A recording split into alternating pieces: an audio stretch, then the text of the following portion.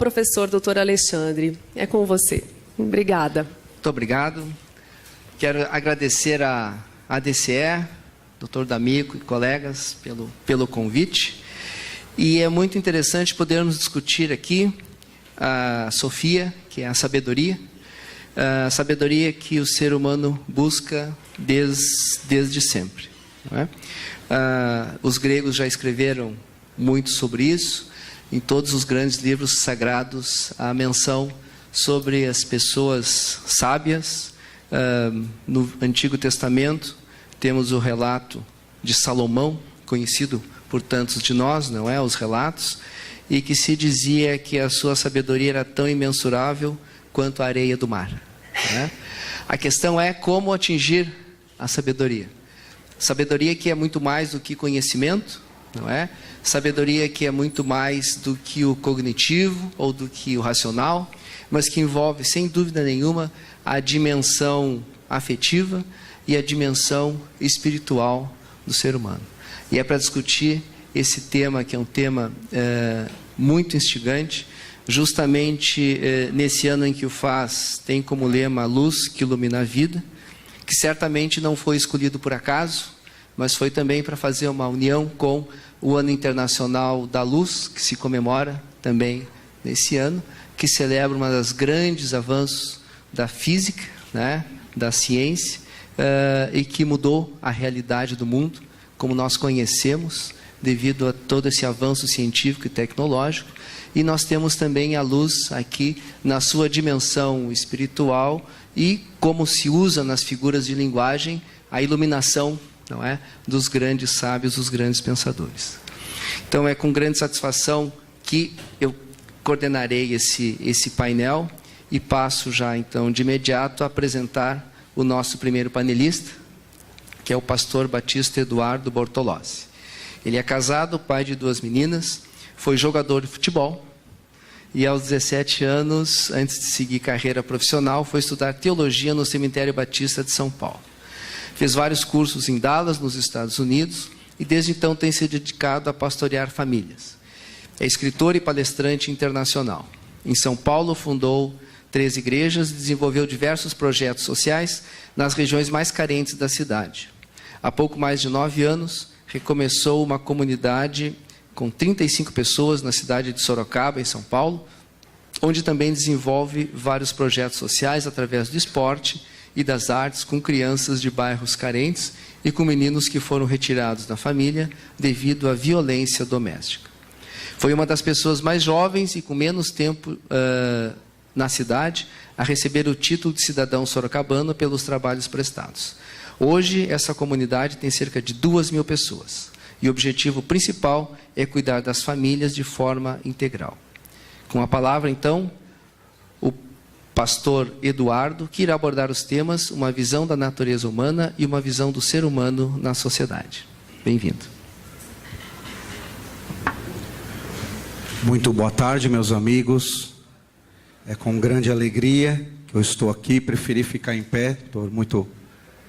E me sinto honrado de estar entre vocês. Obrigado pelo convite que me foi feito pela ADCE através do Dr. Benatti, que falaria aqui e me convidou na última semana para estar entre os colegas para abordar um pouquinho desse tema.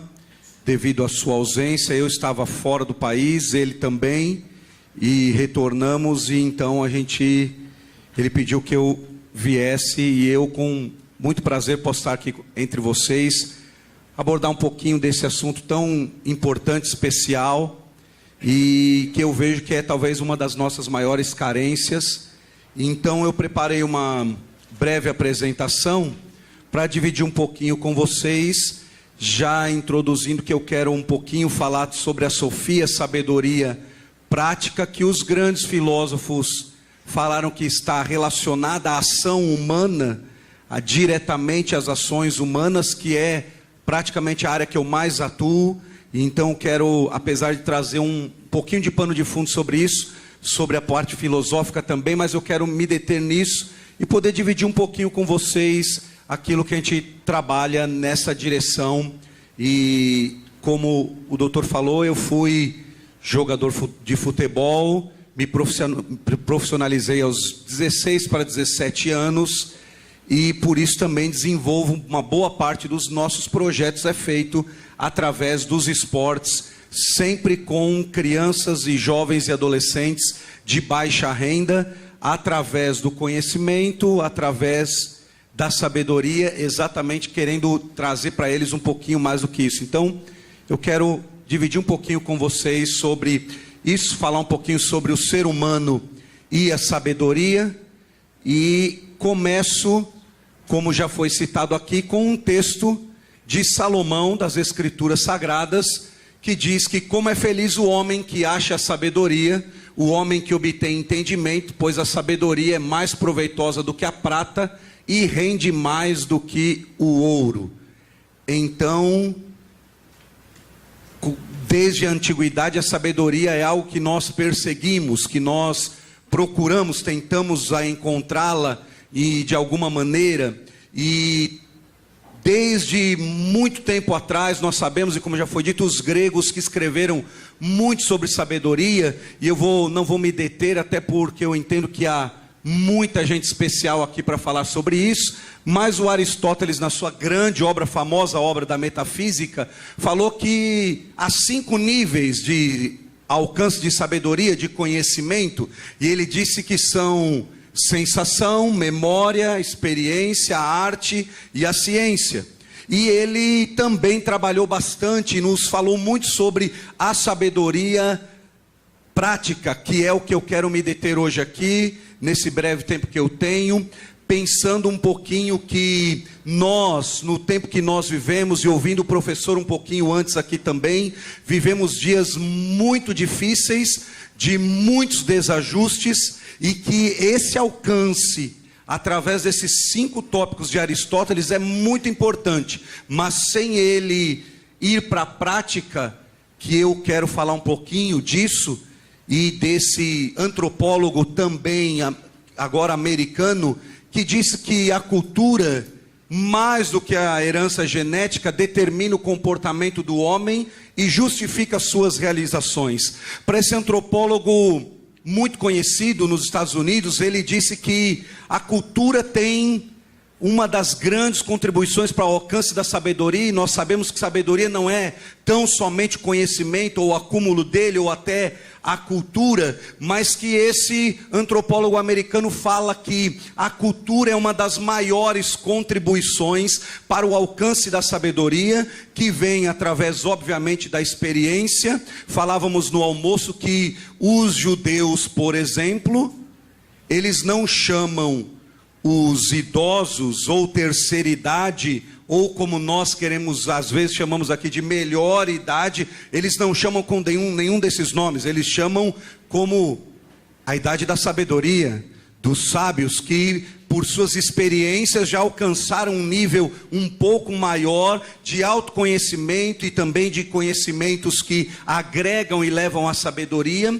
E então esse homem fala muito, Alfred, a respeito da cultura, onde a pessoa está inserida, e é o que eu quero falar hoje aqui mais sobre isso, mas ele cita inclusive alguns exemplos sobre a cultura e a sabedoria, e um deles é muito conhecido nosso, que é do Santos Dumont, que ele cita, por exemplo, que o Santos Dumont não teria sido o inventor do avião se ele não tivesse abandonado Palmira, no final do século XIX, quando ele se transferiu para Paris, e que a cultura daquele lugar o levou a uma inteligência e sabedoria, que são coisas diferentes, obviamente, mas que contribuiu para que o conhecimento dele chegasse à invenção do avião. E ele fala sobre o poder da cultura, onde nós estamos inseridos, onde nós crescemos, onde nós estamos, e como isso nos ajuda à sabedoria. E nós poderíamos dizer que a falta da cultura em muitas das nossas famílias, hoje eu falo a nível de Brasil, que eu percorro diretamente. Ontem eu falava formatura da Polícia Militar do Estado de São Paulo, onde 2.000 soldados vão para as ruas de São Paulo, de todo o estado, nos próximos meses. E eu, falando com o coronel, nós discutimos um pouquinho exatamente sobre isso. Um problema maior nosso do que apenas de formação, mas sim de cultura, de base. E é isso que nos traz aqui a discutir um pouquinho desse assunto, sobre essa sabedoria que nós queremos alcançar. Mas ele também disse um pouquinho sobre Einstein, que não teria, quem sabe, desenvolvido sua famosa teoria se ele tivesse nascido em outro lugar. Ele fala no Himalaia ou qualquer outro lugar, ou quem sabe ter sido dizimado como boa parte da família do Einstein foi. Quem sabe nós não teríamos isso hoje, ligando um pouquinho de cultura com sabedoria, o alcance dela, o conhecimento, a inteligência. E nós sabemos, os grandes gregos escreveram que a sabedoria vem pelo conhecimento, por toda essa questão, por essa experiência. Mas eu quero realmente trabalhar um pouquinho sobre essa questão da família que gera cultura, que gera sabedoria, e a falta disso em casa nos traz a um tempo que nós vivemos hoje caótico, maluco. Eu me recordava e discutia ontem à noite, nessa formatura que eu citei, que, por exemplo, nós tivemos um exemplo claro no meio do esporte. E como nós estamos aqui no Sul, vocês vão se lembrar rapidamente da última semana de uma ampla discussão de um jogo do Internacional com a Ponte Preta a respeito de um assunto chamado fair play. Não foi? Muito discutido, amplamente discutido nos últimos dias, por causa de um gol do Internacional. E como eu estou nesse meio e trabalho com atletas e estou o tempo todo com eles, falo a eles, então isso foi muito discutido. E eu tive a oportunidade de assistir um jogo alguns dias atrás do Real Madrid contra o Paris Saint-Germain, e houve um lance interessante onde um jogador brasileiro, o Marcelo, se contundiu, se machucou, e ele estava com a bola dentro da área do seu time e veio ser marcado por um jogador argentino, o Di Maria, que estava pertinho dele, praticamente dentro da área. E o Marcelo, quando fez menção e falou para ele que estava machucado, contundido, e pediu para sair, o então argentino fez assim, não pegou a bola dele, não fez o gol e deixou sair sem sequer oferecer nenhuma resistência. E o fair play ali foi aplicado. E não quero, obviamente, discutir nenhuma questão sobre isso, mas que a cultura influencia diretamente no comportamento, na sabedoria, especialmente nas relações humanas, e a diferença que nós temos é absurda. Então eu quero dizer que a nossa crise não é apenas econômica e política, ela é uma crise cultural, moral e familiar.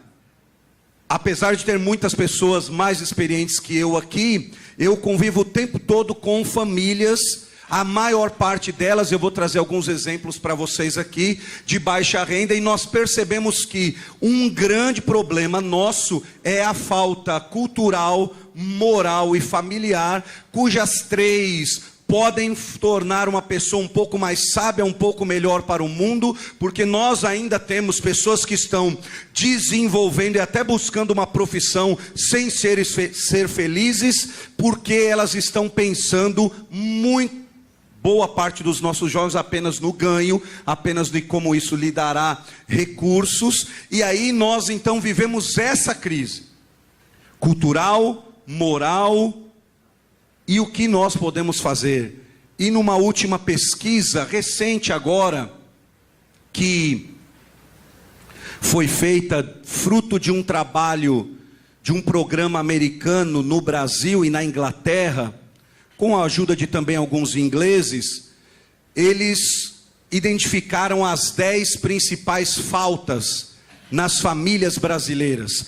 E eu quero falar sobre isso porque isso tem tudo a ver com sabedoria, especialmente a sabedoria da ação humana, que nos leva a agir em prol do ser humano, da ajuda do ser humano, de mudar o ser humano, de pensar no ser humano, no próximo, e não a sabedoria apenas no acúmulo de conhecimento, entendimentos, informações, que segundo os próprios gregos, todo esse acúmulo é como que um aborto, quando ele não é posto em prática em favor de nenhum outro ser humano. Então eu quero falar da sabedoria humana em ação, em prática, porque o Aristóteles disse que a educação tem raízes amargas, mas seus frutos são doces. E a sabedoria está completamente ligada à casa, à família. E hoje, essa pesquisa então do ano passado nos diz, e uma das coordenadoras é a Cris Poli, que ficou famosa por fazer um programa no Brasil, onde ela ia nas casas de brasileiros, pais brasileiros que não conseguiam educar os seus filhos, ou tinham problemas de rebeldia ou qualquer outro assunto, crianças, e ela também coordenou um pouquinho dessa pesquisa, e nessa pesquisa ela disse que nós ensinamos um pouco pelo que falamos, mais pelo que fazemos e muito mais pelo que somos. Então, nesse conteúdo de sabedoria, que se desenvolve em casa, primeiramente, identificou-se as 10 principais faltas hoje numa família brasileira. As 10 coisas que mais faltam dentro de uma família brasileira, que no centro de tudo isso está algo chamado essa sabedoria que nós buscamos, porque os nossos filhos, nossas crianças, elas não crescem mais com esse desenvolvimento que pode torná-las sábias em ações, em fazer a diferença, e essa é a grande preocupação. Então essa pesquisa que eu quero passar a vocês falou sobre as 10 faltas da família brasileira. O que mais falta nos lares brasileiros hoje? Essa pesquisa diz que em primeiro lugar falta educação. Há uma transferência de responsabilidade. Os pais transferem a responsabilidade da educação, da formação, da cultura, da transmissão dos valores, dos conceitos e dos princípios à escola, à igreja e a qualquer outra entidade onde os filhos passam boa parte do tempo. Essa pesquisa diz que a primeira falta na grande parte dos lares brasileiros é de educação. Não há pais formando filhos com uma responsabilidade vital de investir nesse conhecimento, entendimento e sabedoria. Essa pesquisa também fala que falta organização. Muitas casas estão no caos, não existe nenhuma rotina de organização. Os menores, os pequenos, nascem sem nenhuma rotina, que crescem sem nenhuma rotina de organização, desde horário, desde dedicação à leitura, desde qualquer outra coisa. Falta uma organização geral.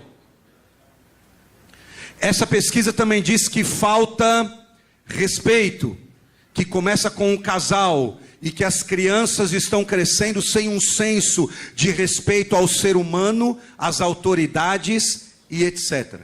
Que começou na falta de respeito entre os próprios pais. Há uma falta de respeito.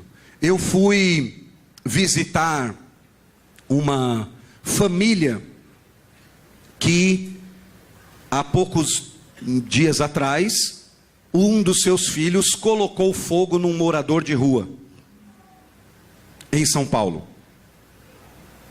E eu fui convidado então para ir visitar a família, não do morador de rua, obviamente, mas de quem ateou fogo no morador de rua.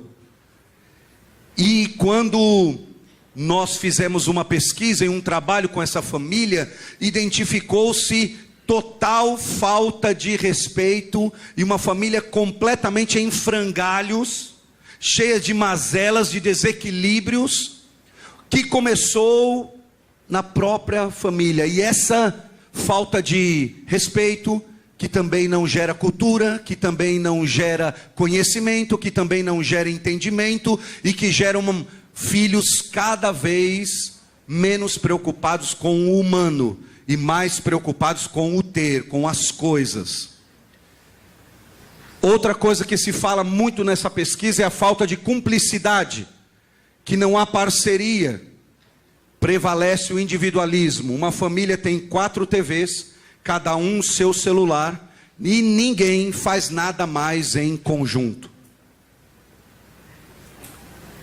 Eu, como vivo em São Paulo, não posso dizer por aqui, mas o tempo que falta, ou que é a desculpa a todos, faz com que famílias não sentem mais à mesa, cada um, como o professor falou aqui hoje, e é um desafio enorme para nós, é no seu telefone, no seu tablet, e cada um isolado no seu mundinho, e não há mais cumplicidade, não há mais divisão de nada.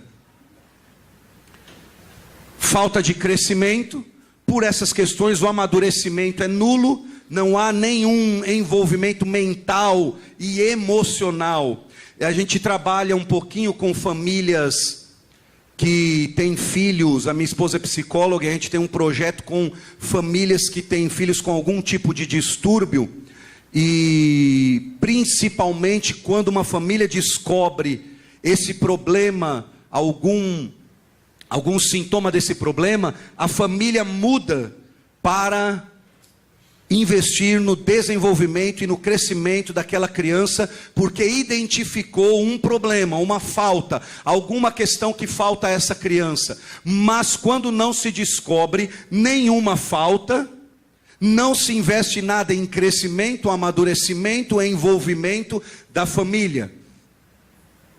Eles falam que falta autonomia, filhos dependentes dos pais o tempo todo, não se aprende a resolver os seus próprios problemas, falta disciplina, não há correção de problemas e valores, falta de tempo de qualidade, às vezes há a quantidade, mas falta a qualidade. Essa falta de investimento gera um desconhecimento completo, falta de incentivo, porque há ameaça, castigo, uma reprovação, e falta de elogio. São as 10 faltas principais encontradas por esse programa, essa pesquisa nos lares brasileiros nos dias de hoje, que culmina com a falta de pessoas sábias investindo nas crianças, nos jovens, nos adolescentes. E aqui há uma abordagem que eu quero fazer com vocês para eu terminar meu painel, minha parte. Alguns conselhos que um rei que viveu 1000 anos antes de Cristo deu ao seu filho. Na verdade, esse rei, considerado um dos homens mais sábios de sua época, deu 5 conselhos ao seu filho antes de morrer, antes de entregar o reinado, antes de entregar tudo o que ele poderia entregar. Ele não falou isso no quarto, nem escondido. Esse rei chamou seu filho à frente, numa tribuna, com todos os seus súditos, e deu conselhos publicamente ao seu filho. Esse rei não falou para o filho como cuidar dos animais, das terras e dos bens, porque o império deles era o mais poderoso na época. Ele não falou como o filho deveria ser um grande estadista, um príncipe, um guerreiro ou um novo rei. Esse rei falou 5 coisas ao seu filho, procurando gerar nele sabedoria com ações práticas, instruí-lo na sabedoria. Ele disse 5 coisas. A primeira delas foi sobre a finitude do ser humano. A primeira coisa que esse pai, esse poderoso rei que viveu cerca de 1000 anos antes de Cristo, disse ao seu filho foi: eu estou indo para o caminho dos mortos. E ele disse ao seu filho: sempre pense na morte para viver melhor a vida. Sempre pense na sua finitude, sempre pense que a sua vida é uma só, não perca tempo porque ela é curta, aproveite a vida porque ela passa rápido demais. Esse pai, rei poderoso, rico, disse ao filho que ia assumir o seu reinado e disse: não se esqueça que sua vida vai passar muito rápido. Não se esqueça que o seu intervalo aqui é muito rápido. Eu e você não escolhemos o dia que nós nascemos. Tampouco nós escolhemos a família em que nós iríamos nascer. Nós também não escolhemos o local onde nós nascemos. E por conta disso nós também não vamos escolher o lugar que nós vamos morrer. Nem o dia que nós vamos morrer. Nós ainda não temos esse poder. Entretanto, nós temos uma escolha. Como nós vamos fazer com o nosso intervalo, o período entre a primeira e a segunda data da nossa vida. Esse foi o primeiro conselho desse pai. O segundo conselho do pai foi para o seu filho: seja forte. Seja uma pessoa com coragem, que se esforça e que vence o preguiçoso. Porque tudo que se consegue sem lágrimas, sem esforço, não se dá valor.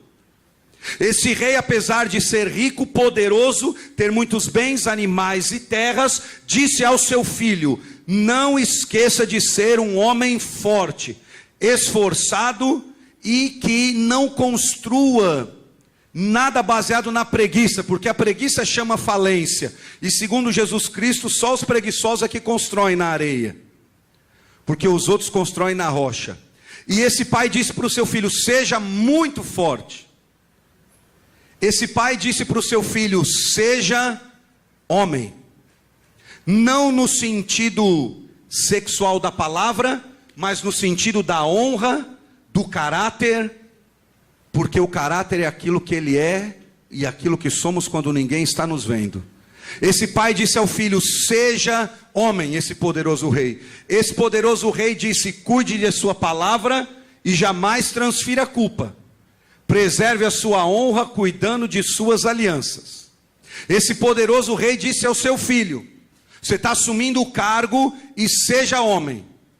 Invista no seu caráter, nos seus valores. Ele disse: o povo aceita um rei que fala alto, se veste mal e até comete erros administrativos. Mas o povo não aceita um governo corrupto.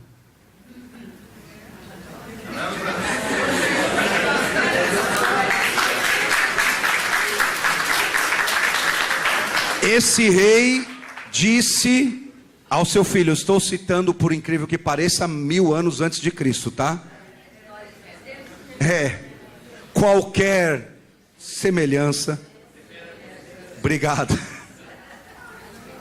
Ele disse para o seu filho: identifique se os seus amigos são abelhas ou se são pernilongos. De onde eles vêm, o que eles deixam e o que eles levam de você. Identifique bem isso. Ele disse uma quarta coisa ao seu filho: cuide de sua vida espiritual. Conheça o Deus de teu pai. Tenha sua própria experiência com Deus. Não viva uma vida de vazio espiritual. Porque nossa grande crise é porque nós estamos colocando Deus para fora de casa, da escola, dos negócios e consequentemente da vida. As pessoas não se preocupam mais com sua vida espiritual. E o quinto conselho desse rei, até parece que ele vivia com Jesus Cristo, porque ele disse: ame, trate bem e faça às pessoas o que você gostaria que fosse feito a você. Disse esse rei esses 5 conselhos, transferência de sabedoria prática. Foi isso que ele fez ao seu filho. Esse rei, mesmo vivendo 1000 anos antes de Cristo, ele deixou para o seu filho aquilo que Jesus Cristo deixou para a humanidade. E hoje aqui, eu quero terminar apresentando esse rapaz do meio para vocês.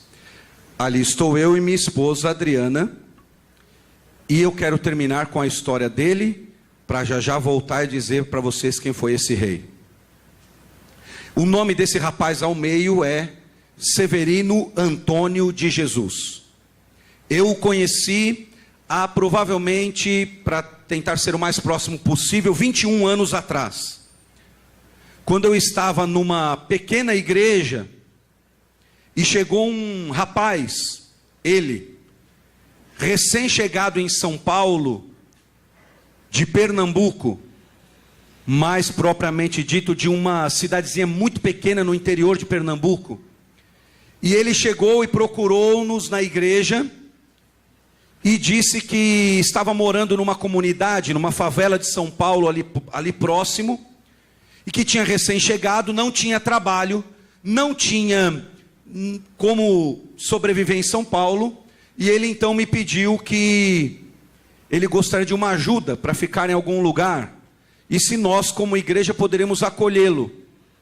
Ele era bem mais jovem do que isso, eu também, e depois de pensar um pouco, ver algumas alternativas, nós decidimos colocar o Severino num quartinho que nós tínhamos no fundo daquele prédio muito ruim, alugado, e que nos abrigava.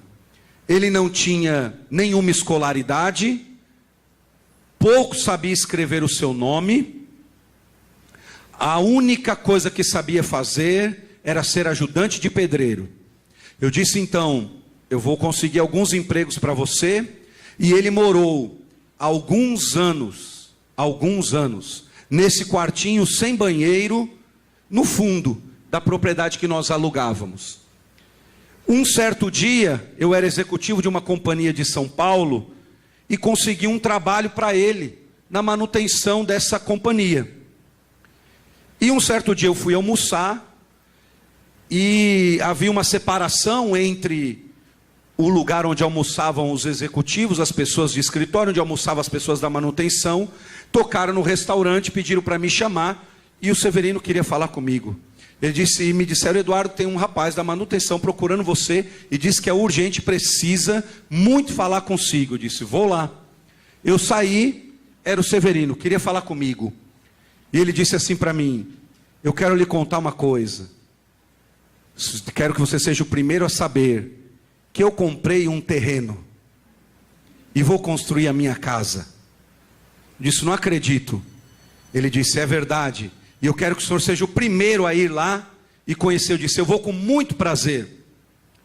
Quando foi no final de semana, ele quis me levar a todo custo no terreno. Então eu fui no terreno. E o terreno era nesse bairro aqui de São Paulo, Jardim Pantanal, Zona Leste, São Paulo. Que é isso aqui. Exatamente isso aqui. Onde na época moravam 35 mil famílias, num braço do rio Tietê, que foi invadido, e alguém da manutenção vendeu para o Severino um terreno neste local, completamente inundado. Esse local não tinha nenhum saneamento básico, era exatamente assim. Está um pouco diferente hoje, é verdade. Não havia, a luz elétrica era toda ela o que se chama lá de gato. Um vai pegando do outro, que pega do outro, que pega do outro, que pega do outro, que quando todo mundo liga junto a sua energia, todo mundo fica sem nada. Não tinha nenhum tipo de saneamento básico, mas o Severino me levou num dia de muito sol, no terreno dele, nesse bairro, onde não estava assim alagado, porque estava fazendo muitos dias de sol. Quando eu entrei naquele lugar, eu passei a descobrir que aquele lugar era o reduto do, vou terminar com essa história, do PCC. Primeiro Comando da Capital, uma das organizações criminosas que dirigem lá o estado de São Paulo. E eu disse: Severino, você tem certeza que você vai construir sua casa aqui? Ele disse: eu vou me casar, porque ele já estava namorando. Construiu a casa dele nesse lugar. Eu vou encurtar porque o meu tempo já se foi. O que eu quero dizer a vocês é que há 1 ano e meio atrás eu recebi, por incrível que pareça, um telegrama na minha casa. Ainda existe isso. E esse envelope que veio via telegrama veio com uma foto. Essa foto veio, a foto do Severino. Eu sei que ele construiu a casa dele nesse lugar. Depois de 1 ano, nós construímos uma igreja nesse lugar. Depois de 2 anos, nós ampliamos a igreja nesse lugar. Depois de 2 anos, nós construímos um local para cuidar das crianças neste lugar e tirá-las da rua e tirá-las do alcance da criminalidade, e começamos a fornecer cursos diversos, desde inglês, desde computação, desde tudo que você possa imaginar, de música, todas as artes, nós começamos a oferecer no Jardim Pantanal, nesse pântano. O Severino logo depois ficou vários anos dirigindo esse projeto comigo lá, e voltou para o Pernambuco. E há um ano e meio atrás eu recebi esse telegrama, e 1 mês atrás ele foi me visitar. O telegrama tinha uma foto. A foto era do Severino recebendo o seu certificado da OAB.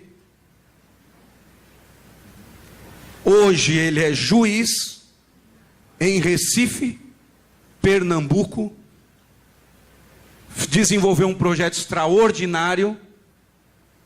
E há 2 meses e meio atrás eu fui falar num lugar em São Paulo. E quando eu terminei, que eu desci, fiquei assim embaixo esperando as pessoas, veio um rapaz muito alto, muito forte, me deu um abraço e ficou longos minutos abraçado e me molhou inteiro. E eu não o conhecia. E ele disse assim para mim: Pastor Eduardo, eu queria agradecer o senhor. O senhor não vai se lembrar de mim, mas eu sou de São Miguel Paulista, Jardim Pantanal, Zona Leste de São Paulo. E hoje eu estou trabalhando numa multinacional aqui em São Paulo. Sou músico, graças ao projeto de vocês no Jardim Pantanal. Eu trouxe um americano, Dr. Mike Mowry, e levei ele nesse lugar, junto com sua esposa.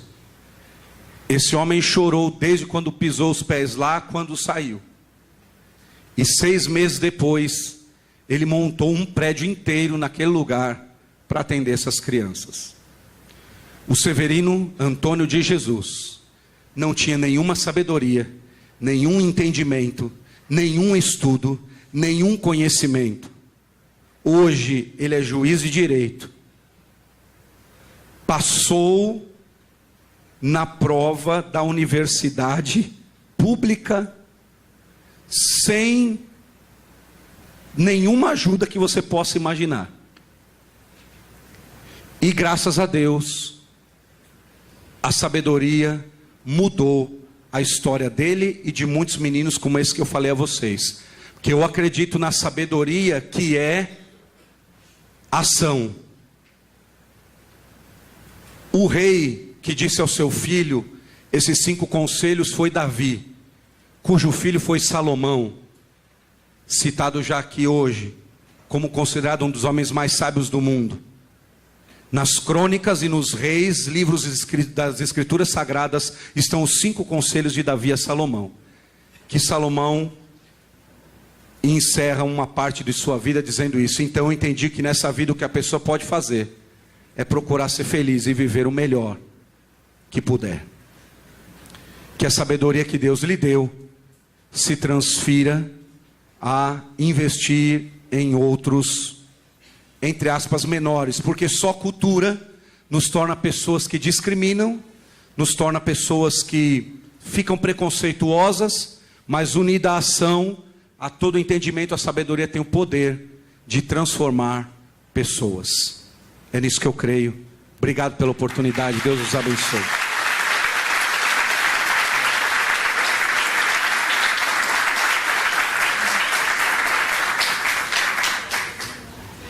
Muito obrigado ao pastor Eduardo pela sua inspiradora e bela apresentação.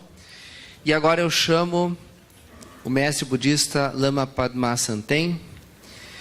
Ele é físico com bacharelado e mestrado pela Universidade Federal do Rio Grande do Sul. Lama Santen foi professor de física de 1969 a 1994. Ele tem auxiliado inúmeras pessoas em suas vidas e relações cotidianas, com ensinamentos que dialogam com as mais diversas áreas do conhecimento. Enquanto professor, dedicou-se especialmente ao exame da física quântica, teoria na qual encontrou afinidade com o pensamento budista. No início dos anos 80, intensificou seu interesse pelo budismo.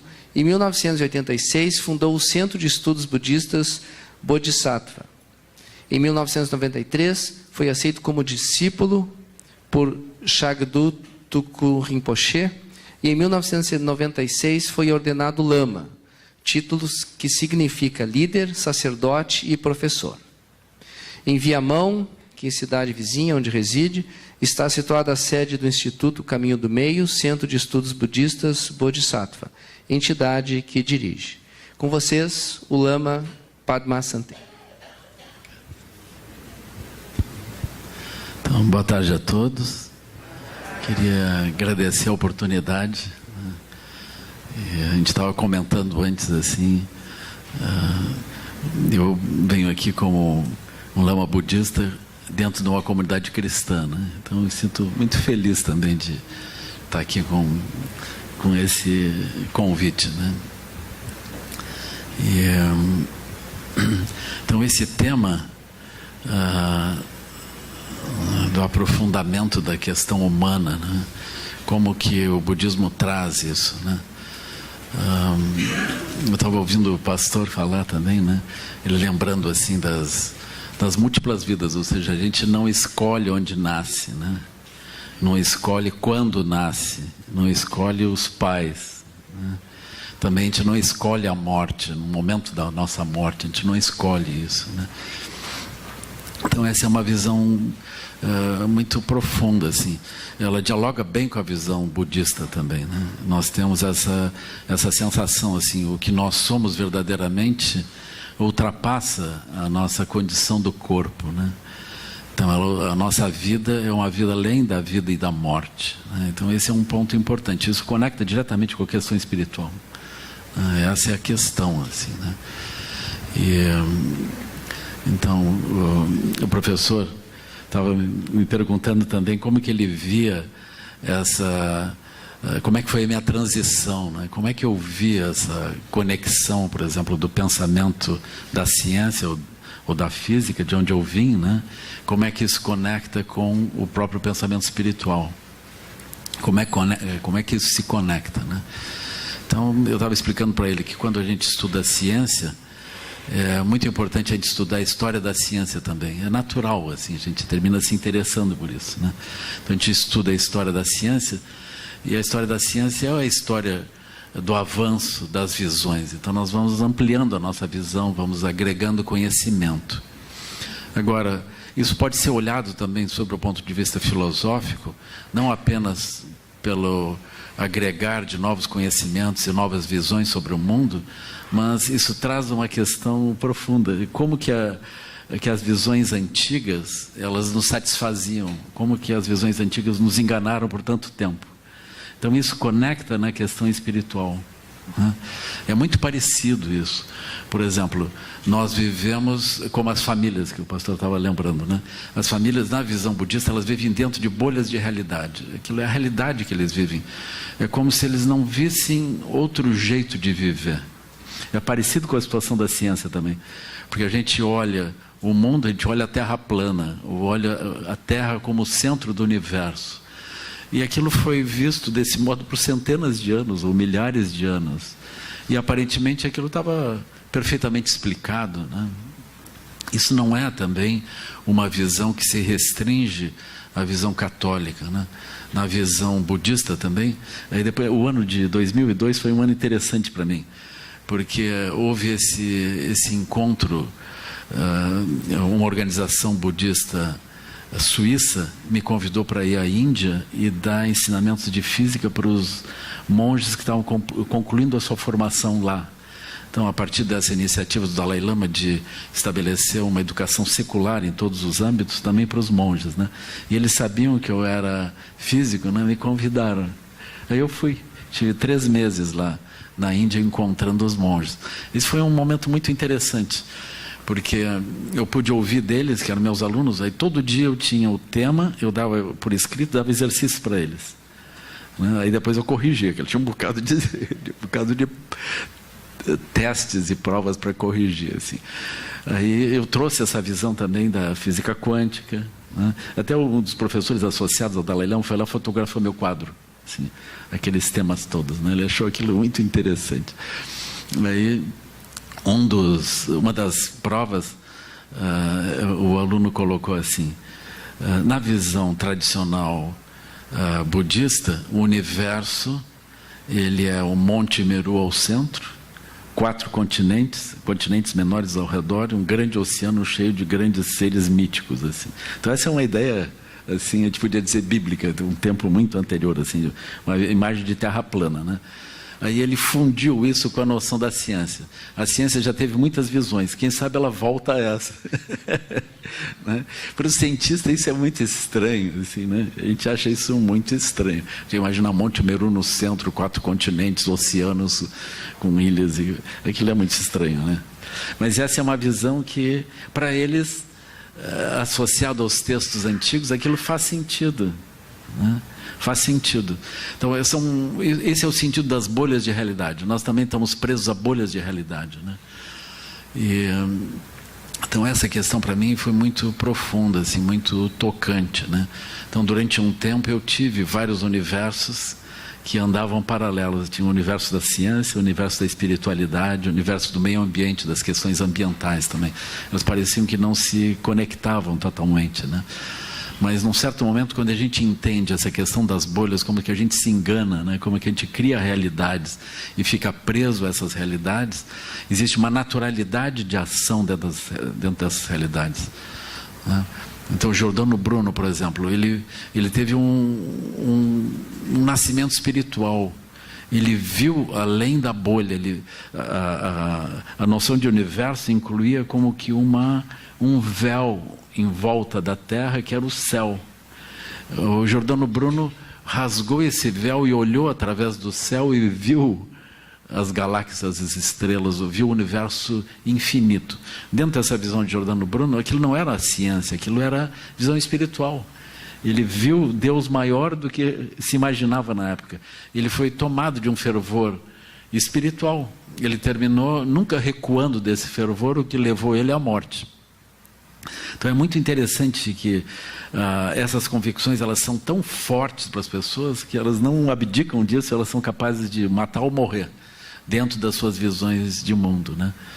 Nós vamos encontrar também, naturalmente, visões políticas que são bolhas de realidade, levam também a um conjunto de extremismo. Nós vamos encontrar assim, né? Então esse é o poder das bolhas de realidade. A ciência, o cientista, ele não está imune a isso. É muito interessante também observar aí como surge a física quântica quando ela vai introduzir o aspecto interno. Porque eu poderia imaginar, por exemplo, que o mundo é alguma coisa externa. E nós terminamos descobrindo que nós não temos como olhar ao redor, nem mesmo quando a gente está olhando com os aparelhos, sem olhar através das teorias. As teorias, elas nos levam a conceber os equipamentos, que então eles vão testar as nossas visões daquilo também, né? Então hoje isso se mistura com a nossa forma de viver. Eu acho assim comovente que nós estamos presos dentro de bolhas de realidade hoje, que estão destruindo o planeta talvez de uma forma irreversível. Por exemplo, segundo um levantamento da National Geographic, se nós queimarmos as reservas de petróleo que a gente já descobriu, o planeta se torna inabitável. E a pergunta deles é assim: o que impediria que essas reservas de petróleo fossem queimadas, né? É muito interessante isso. O que impediria esse processo, né? Então nós estamos presos dentro de bolhas de realidade. Se nós contemplamos, por exemplo, os antropólogos são pessoas que estudam essas diferenças entre as várias culturas e tudo. Eu acho que é muito, muito rico o que pode vir deles, porque eles trabalham diretamente com bolhas de realidade. Se eles tiverem uma posição, por exemplo, eurocêntrica, né, etnocêntrica, antropocêntrica, vai empobrecendo a visão deles, né? Se eles tiverem uma visão eurocêntrica, uma visão baseada na cultura globalizada, por exemplo, que é um tipo de perturbação, eles vão olhar os outros povos como inferiores.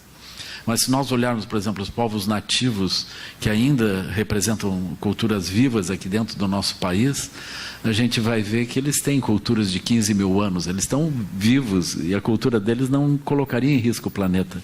Talvez a cultura deles termine herdando o planeta novamente, depois de não sei bem do que, né? Mas quando a gente olha para a cultura deles, a gente acha super estranho que eles não usem escova de dentes, que eles não têm geladeiras, não têm rede elétrica, não têm antibiótico. E eles são fortes originalmente. A maior parte das doenças foram os europeus que trouxeram. Eles estavam adequados, organizados naquele ambiente deles, né? Então é muito curioso como que alguém pode viver diferente de nós, né? Eles não tinham repelente, estavam no meio de um monte de nuvem de mosquito lá, né? Não tinham sorantiofídeo, que as cobras estavam lá.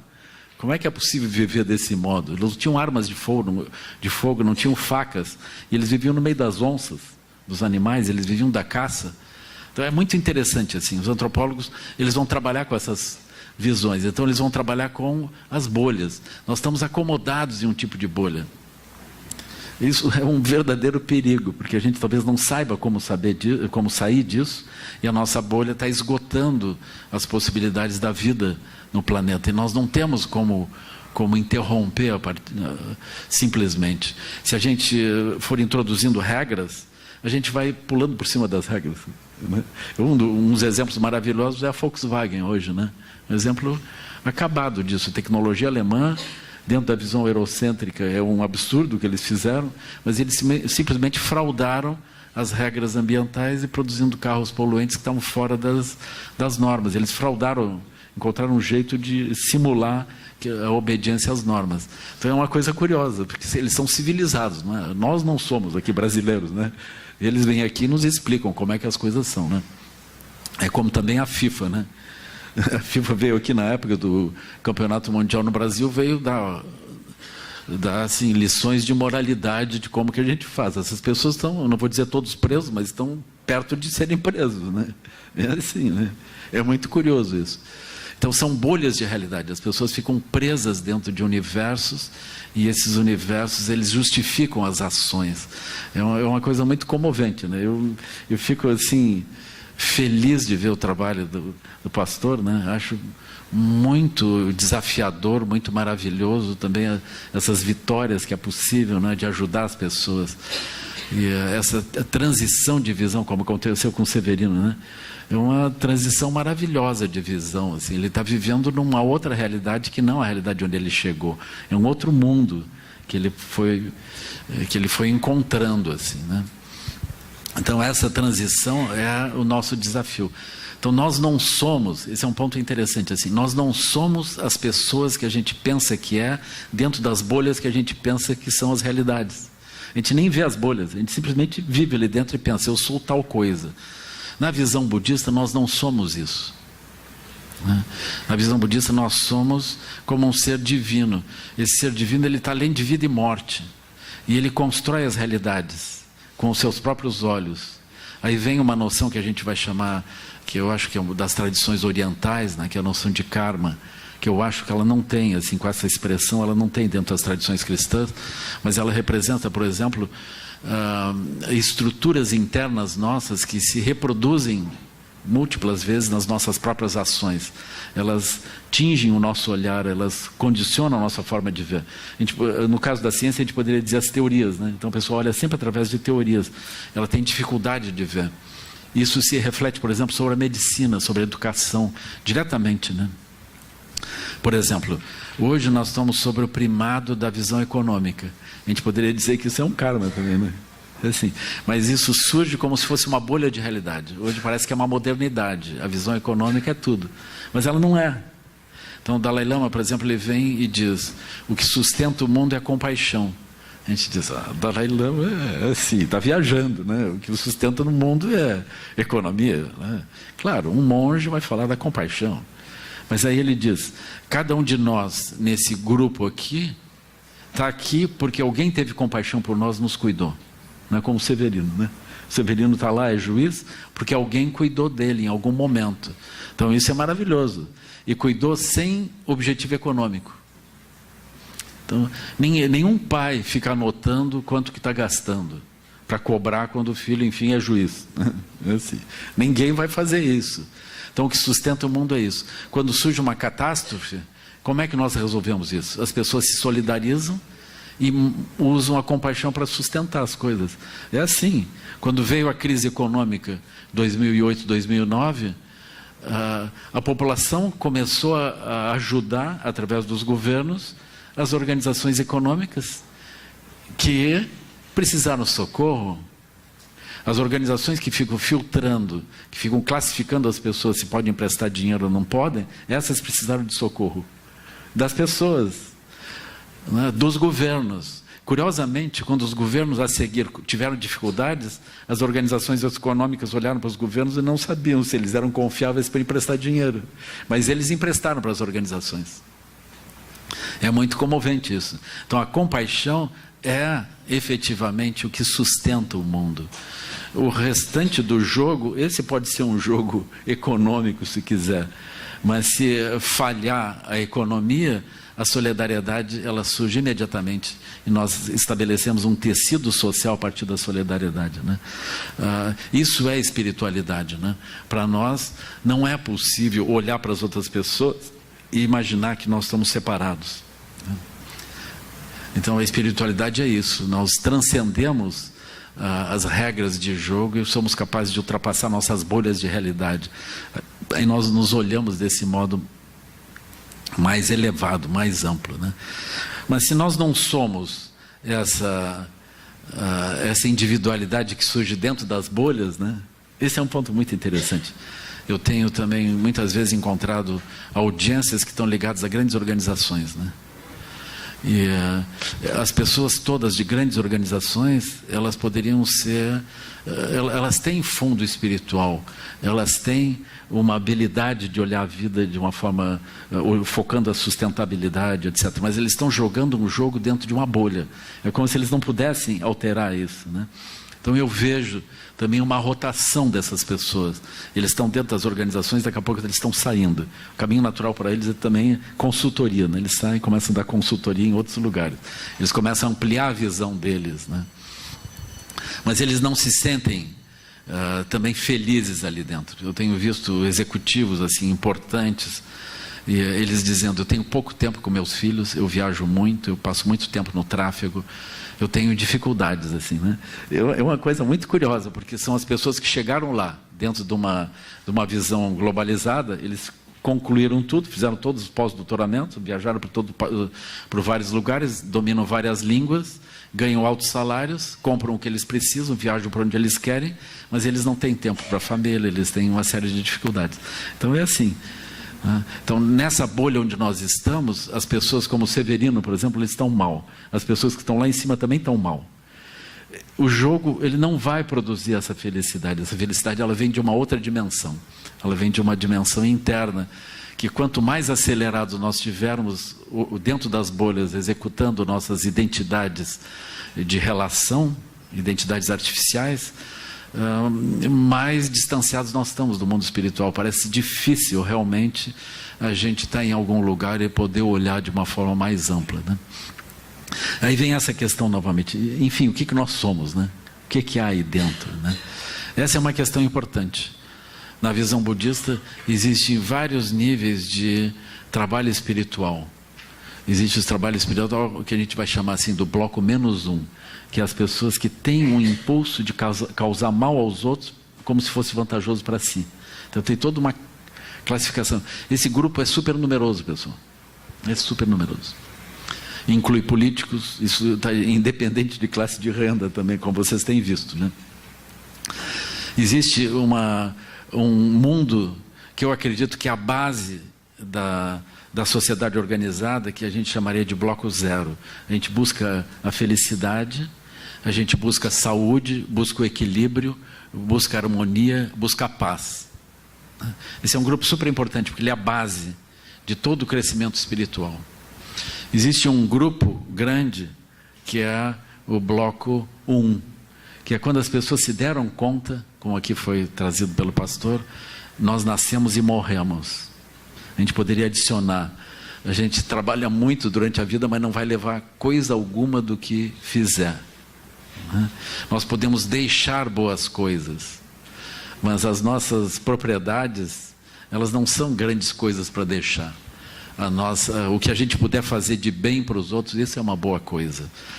Mas a gente vai descobrindo assim, as pessoas enlouquecem, as pessoas se perturbam, as pessoas se enganam, as bolhas existem muitos diferentes desafios.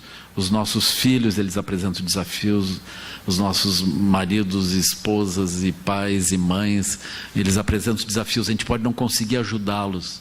Envelhecer pode não ser uma coisa muito boa. Então a gente vai vendo assim, a doença nos pega em diferentes momentos, né? É inevitável, a gente não tem controle sobre isso. Então a gente descobre que muitas pessoas no passado já pensaram sobre isso. Surgiram muitas religiões que apontam que a nossa vida comum é apenas uma aparência. Então, bloco 1 é quando a gente descobre que essas aparências não são a vida.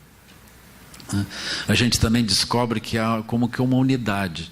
Diferentes tradições falam e apontam em diferentes direções, apontam diferentes métodos, mas todas elas estão buscando uma visão ampla. Essa visão ampla, ela deve ser uma visão que converge. Todas as tradições deveriam, enfim, convergir em alguma direção. Então, quando nós estamos no bloco 1, a gente entende isso. A gente aspira a essa harmonia e muitas vezes a gente consegue olhar as diferentes tradições como diferentes formas de medicina que estão nos ajudando a andar melhor. Na visão budista, depois existe uma abordagem espiritual que a gente vai chamar de bloco 2, que é quando nós começamos a entender que a gente poderia melhorar. Então a gente faz um trabalho específico, é como se a gente estivesse em treinamento, né? Então, a gente faz um treinamento espiritual. Todas as tradições religiosas devem ter alguma coisa parecida com o bloco 2. Elas vão fazer o treinamento, elas vão fazer retiros, elas vão estudar, as pessoas vão aprender umas com as outras, né? Então a pessoa se torna alguém que treina dentro disso, né? Então isso é super importante. Depois existe o que a gente chama de bloco 3, que é quando nós encontramos, eu vejo assim, todas as tradições têm esse aspecto de bloco 3, que é, por exemplo, quando a gente vê, a gente poderia olhar, por exemplo, para Jesus Cristo aqui, né? E olha, o que animou ele? De onde é que ele trouxe a energia dele? De onde é que vem isso? Essa é uma pergunta típica para o bloco 3, que a gente vai chamar de Guru Yoga, né? Ou seja, os grandes seres espirituais, eles têm um segredo da própria ação deles. De onde é que vem esse segredo? Então, como que brota energia? Como é que Jesus Cristo, ele enveredou por esse caminho e ele jejuava, ele se movia acionado por uma energia inexplicável. Então, de onde vem isso? Como é que é possível esse funcionamento? Então, na visão budista também, aí vai se falar das 5 sabedorias. Aí também tem 5 sabedorias, né? Essas sabedorias, elas vêm desse ponto. Ela não é uma sabedoria que brota de dentro de um jogo. Não é a sabedoria do jogo. É a sabedoria espiritual. Então aí vem esses 5 conselhos. Eles estão espelhados em 5 bandeiras tibetanas. Vocês vão ver isso. Tem 5 cores. Parece uma coisa assim de festa de São João, né? Umas bandeirinhas assim tremulando. Então o aspecto anímico disso é assim: o vento passa e leva essas sabedorias como bênçãos para as pessoas. Essas sabedorias nós já usamos. Mas a primeira delas seria assim: qualquer pessoa, em qualquer tradição, ou mesmo dentro do mundo corporativo, né, ou como reitor da URGS, né, é muito útil cada uma dessas sabedorias. A primeira delas é chamada sabedoria do espelho. Ou seja, as pessoas veem o mundo que as pessoas veem é um espelho que reflete a mente delas. Então a gente pode ter tolerância, ter paciência com as pessoas, porque elas estão fazendo isso, elas estão se movendo dentro de um mundo que reflete a mente delas, incluindo os cientistas, né? Incluindo os cientistas. Aí quando o mundo do cientista mudou a teoria, o cientista está olhando de um outro modo, ele vê um outro mundo. Ele vê um outro mundo, né? Então é super importante, isso é chamado de sabedoria do espelho. Quando a gente vê as pessoas fazendo tudo errado, mas a gente entende que elas estão fazendo aquilo dentro da bolha espelhada da realidade que elas operam, brota compaixão em nós. Brota compaixão. A pessoa não precisava estar fazendo o que está fazendo, entende? Não brota julgamento nem condenação, brota compaixão. Quando brota essa compaixão, pode ser que brote em nós também, e considerado super importante, que brote amor. Amor no sentido de nós vermos no outro qualidades positivas. Ou seja, as pessoas manifestam qualidades negativas, mas elas têm qualidades positivas também. Vocês imaginem assim, um professor em sala de aula vendo alunos se comportando mal. Ele precisaria ver com a sabedoria do espelho. Aí ele brota compaixão. Esse menino, onde é que ele vai parar? Assim, ele não precisa sofrer isso, ele não precisa passar por isso, mas nesse momento ele está vivendo isso. Ele tem internalizado a cultura dele, a cultura familiar dele, que impede que ele veja de outro modo, ele vê daquele modo. Mas a gente imagina que seria possível ele olhar de outro modo. Então a compaixão, ela não é pena, não é dó, ela é compaixão. A compaixão, ela é vitoriosa. Ela imagina que nós podemos, que aquela pessoa pode ultrapassar aquelas dificuldades. E o amor nos permite a gente ver qualidades e estabelecer relações a partir das qualidades e não a partir dos obstáculos. Então, por exemplo, o professor pode contornar aquilo, ele não está conseguindo obter um tipo de transformação, mas ele contorna e encontra uma forma de estabelecer relação com outras qualidades positivas da pessoa. A partir dessas qualidades positivas, então ele ganha um nível de confiança que ajuda o outro a fazer transformações, né? Então a compaixão e o amor são essenciais. Eles são virtudes de sabedoria. Eu considero assim que qualquer chefe tem que operar desse modo, senão ele vai perder a sua equipe. Porque na sua equipe as pessoas estão cheias de problemas também, cheias de dificuldades, né? Agora, uma qualidade espiritual que surge imediatamente é que quando nós praticamos esse olhar de compaixão e de amor, né, o que vai acontecer? Vai surgir uma alegria em nós. Então, para o pastor, quando estava colhendo o Severino, tinha uma alegria no pastor. Essa alegria está presente hoje. E ele veio aqui contar para nós isso. É uma alegria que nos alimenta. Essa alegria, ela não tem uma razão. Nós não estamos ganhando nada. Quem está ganhando é o outro, entende? Isso é uma alegria espiritual.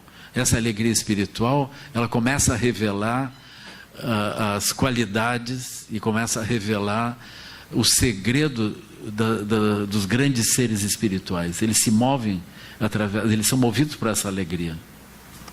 Aí surge aquilo que é chamado de equanimidade. Equanimidade também na visão cristã é assim: Jesus Cristo não criou uma religião para os judeus, ele criou uma religião para todos, uma religião universal, né? Para os fariseus, para todos os outros, aqueles que não eram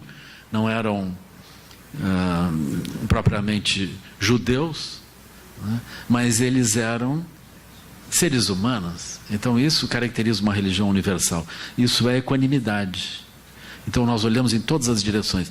Nós podemos olhar os animais também, olhar a natureza, olhar os rios, olhar as montanhas, olhar o mar, olhar tudo com esse olhar amplo.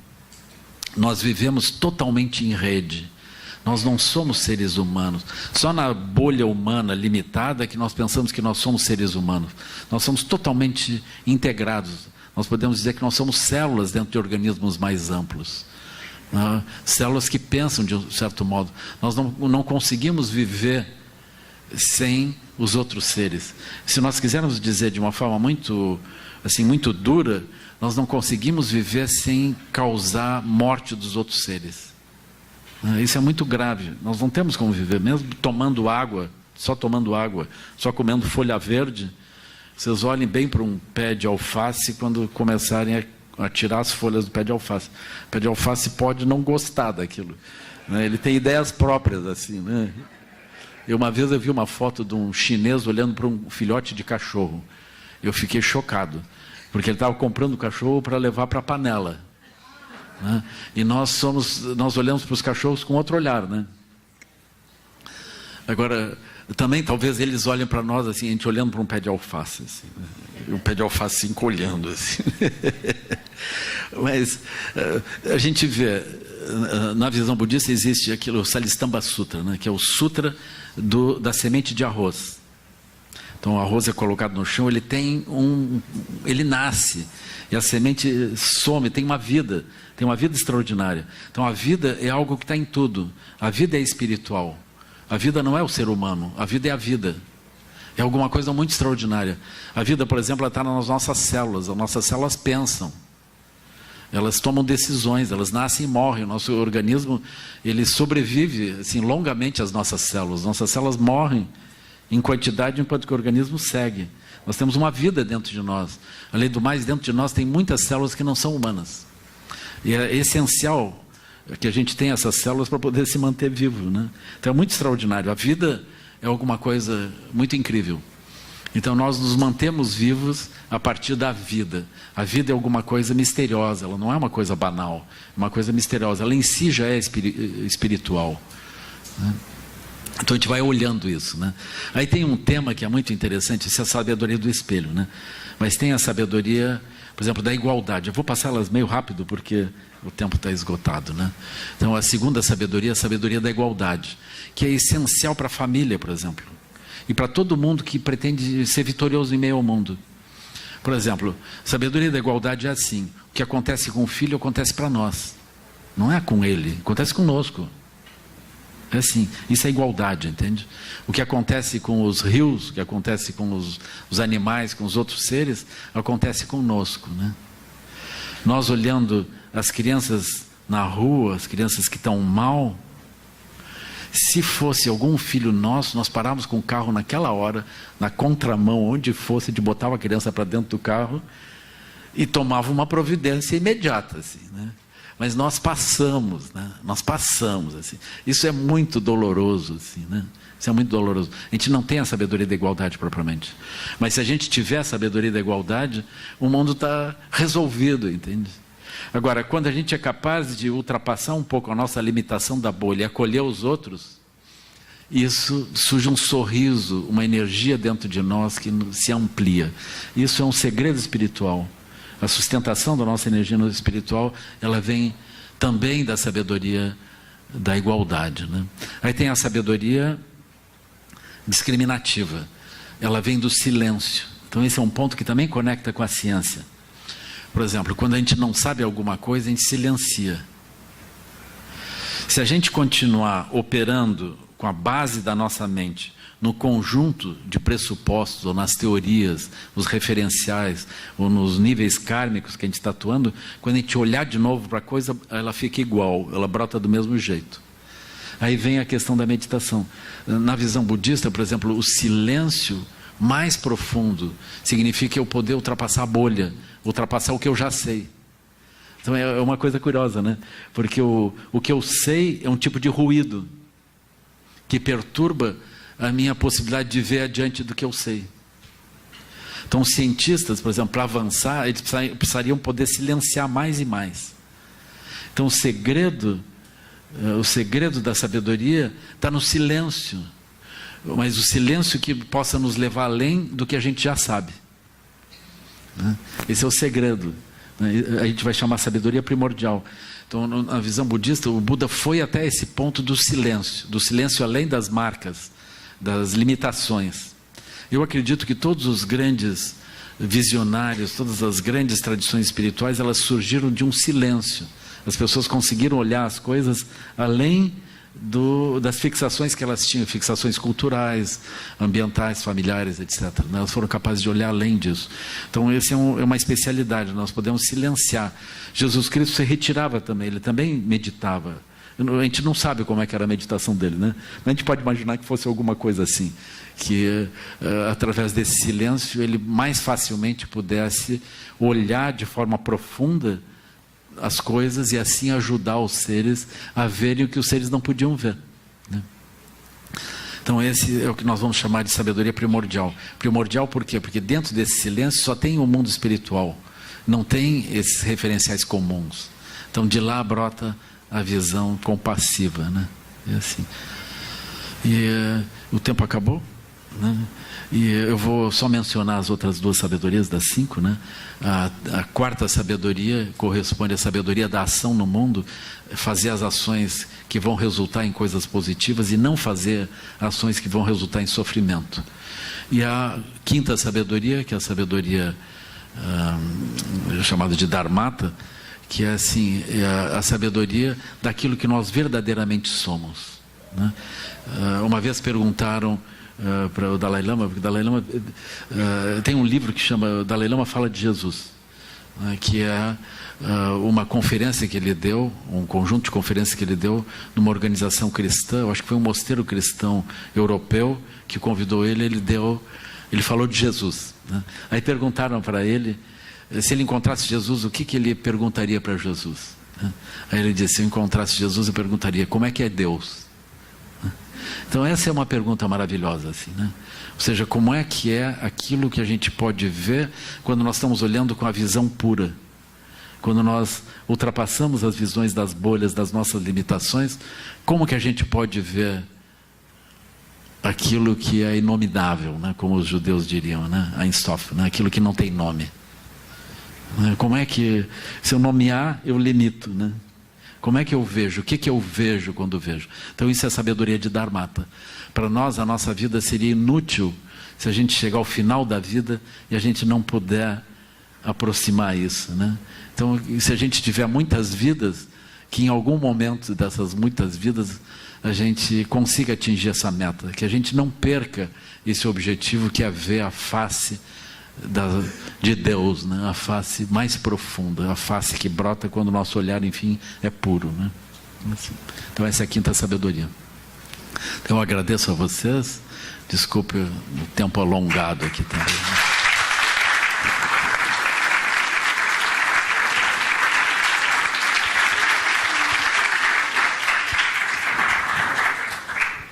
Muito obrigado ao Lama Padmasambhava Teng. Talvez nós pudéssemos encurtar um pouco o intervalo do café. O tempo já acabou mesmo. Nós poderíamos abrir espaço, então, para 2 perguntas do público, se houver inscritos. Então, estão... Alguém...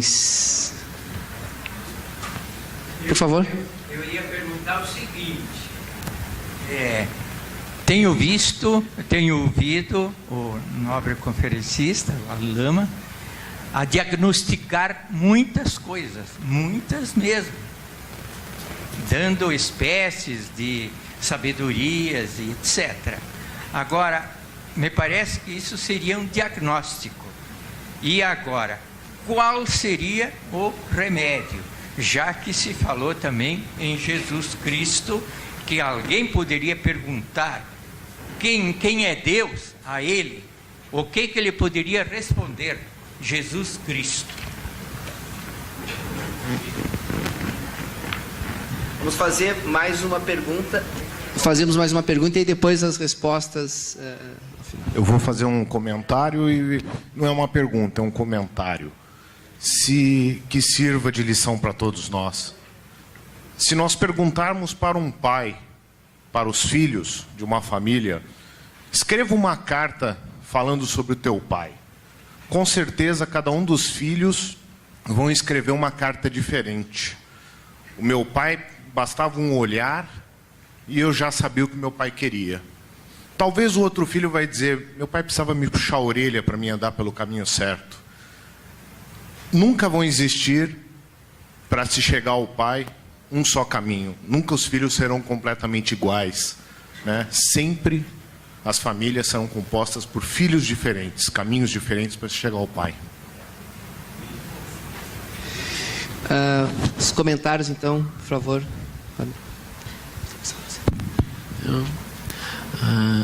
Eu acho que eu não tenho nada para dizer. Eu acho esse comentário muito apropriado, né? Ou seja, diferentes caminhos levam ao mesmo ponto final. Eu acho isso muito apropriado. E eu até diria assim, os diversos caminhos, eles surgem pela própria compaixão.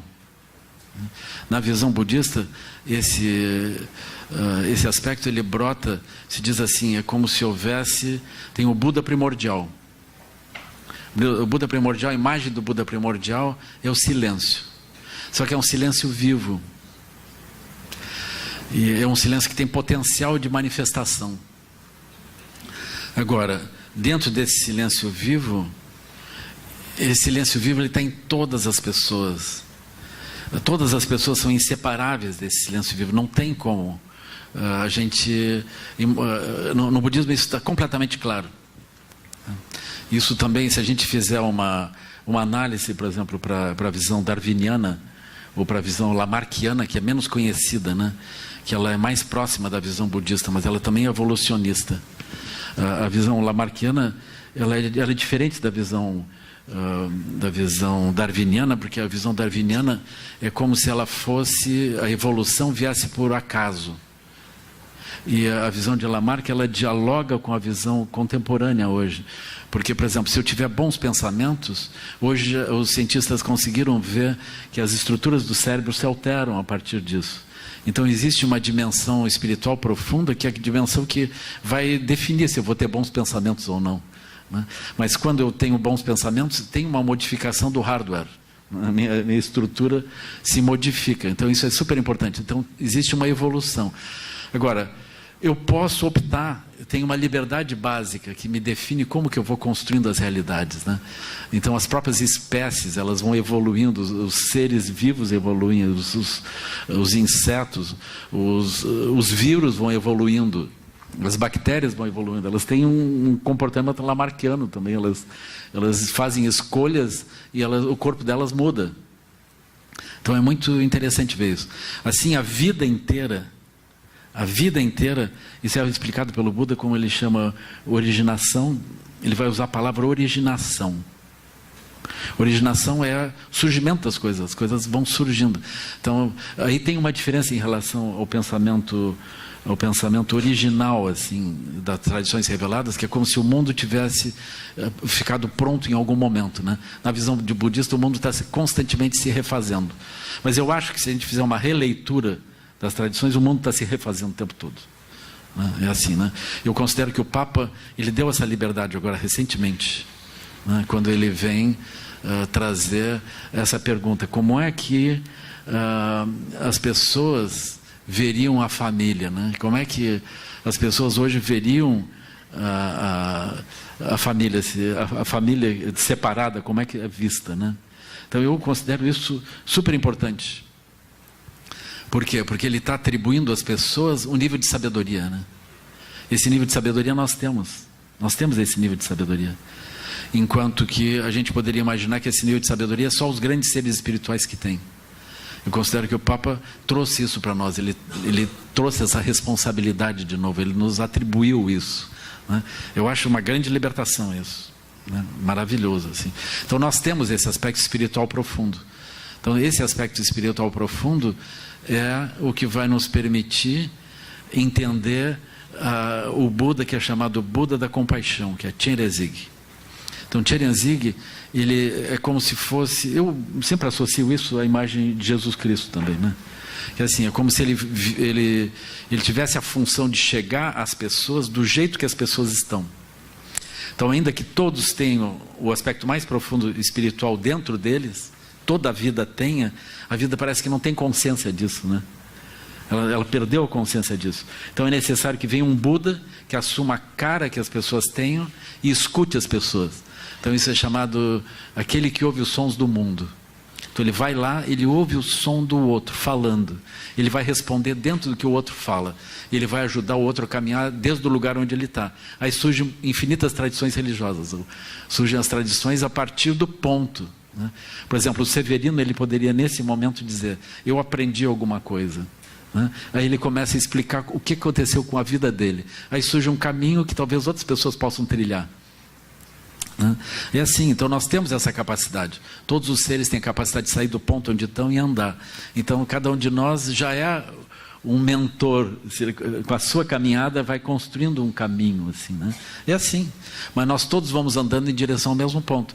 Nós não vamos em direção a pontos divergentes, com certeza. Não há como. Nós vamos conduzindo, mesmo que as pessoas se matem diferentes tradições se matam, eu até acho que eu entendo por que eles se matam, porque eles ficam sectários dentro das suas receitas, né? É assim, mas é assim, isso faz parte do desandar do mundo, né? O mundo é todo cheio de contradições, mas ainda assim nós vamos andando, né? Agora, como fazer, né? Essa pergunta, né? Como fazer? Eu acho que o caminho espiritual ele pode ser seguido por essas 5 sabedorias, né? Ou seja, nós não precisamos também nos recolher. A gente pode se recolher, mas eu acredito que no tempo de hoje nós temos o desafio de exercer o caminho espiritual em meio à vida. E para exercer o caminho espiritual em meio à vida, um pouco nós ouvimos os outros e tentamos ajudá-los onde eles estão, e um pouco nós olhamos para nós mesmos e vamos praticando as 5 sabedorias, entendendo os outros no mundo deles. Isso é o nosso trabalho espiritual, e olhando os outros com interesse, ajudando os outros, vendo essa energia surgir em nós, né? Gerando esse silêncio interno e através disso ultrapassando as fixações que a gente tem, né? Fazendo ações melhores, escapando das ações negativas e sempre corrigindo. Eu também sempre sugiro assim, evitar o diagnóstico, sabe? O diagnóstico ele está muito junto com a condenação, né? Então o perdão, né? As pessoas se enganam, como Jesus Cristo diz: atire a primeira pedra aquele que não fez algum engano, né? Quer completar alguma coisa? Eu gostaria de ouvir a resposta Sim. da pergunta que alguém disse. Vamos admitir que veio a pergunta. Alguém para perguntar a Jesus quem é Deus. E ele, o que responderia, na sua opinião? Na minha opinião? Eu tenho que pedir para o pastor responder. O pastor tem uma boa resposta. É assim, né? Eu vou puxar Jesus Cristo, ele vai ficar budista, entendeu? Ele não vai ficar desonesto, né? Eu acho...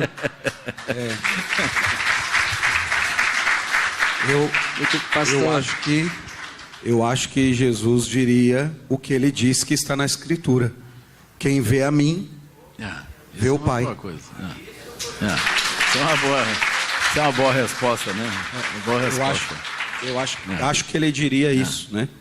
E eu acho que a resposta ao diagnóstico tem muito a ver com o que o mestre falou, que é um mestre falando conosco aqui hoje, sobre a prática dessas sabedorias. Eu acho que o mais importante para nós é nós conseguirmos, porque se nós olharmos de uma visão só cultural, para quem olha de uma visão de apenas antropologia, uma pessoa nascida no Jardim Pantanal, ou que vive ali, culturalmente não tem saída, não tem como viver melhor. Mas Jesus Cristo veio e mudou uma cultura, mudou as pessoas sem tirá-las de sua cultura, mudou-as dentro de sua cultura, melhorou-as dentro de sua cultura. Eu acho que esse é o nosso desafio aqui. Eu penso que cada um de nós que estamos aqui pode dar alguma coisa. Esse é o maior desafio, a gente fazer alguma coisa, porque amor, segundo Jesus, é o que se faz, não o que se sente e nem o que se fala. Um dia perguntaram, aliás, um repórter da CNN perguntou para a Madre Teresa de Calcutá quando a viu lavando as feridas purulentas de um africano. Ele fez o seguinte comentário: eu não faria isso nem por $10 mil. Ela respondeu: e quem disse que eu faço por dinheiro? Muito bem. Muito obrigado, pastor Eduardo. Muito obrigado, Lama Padmasambhava.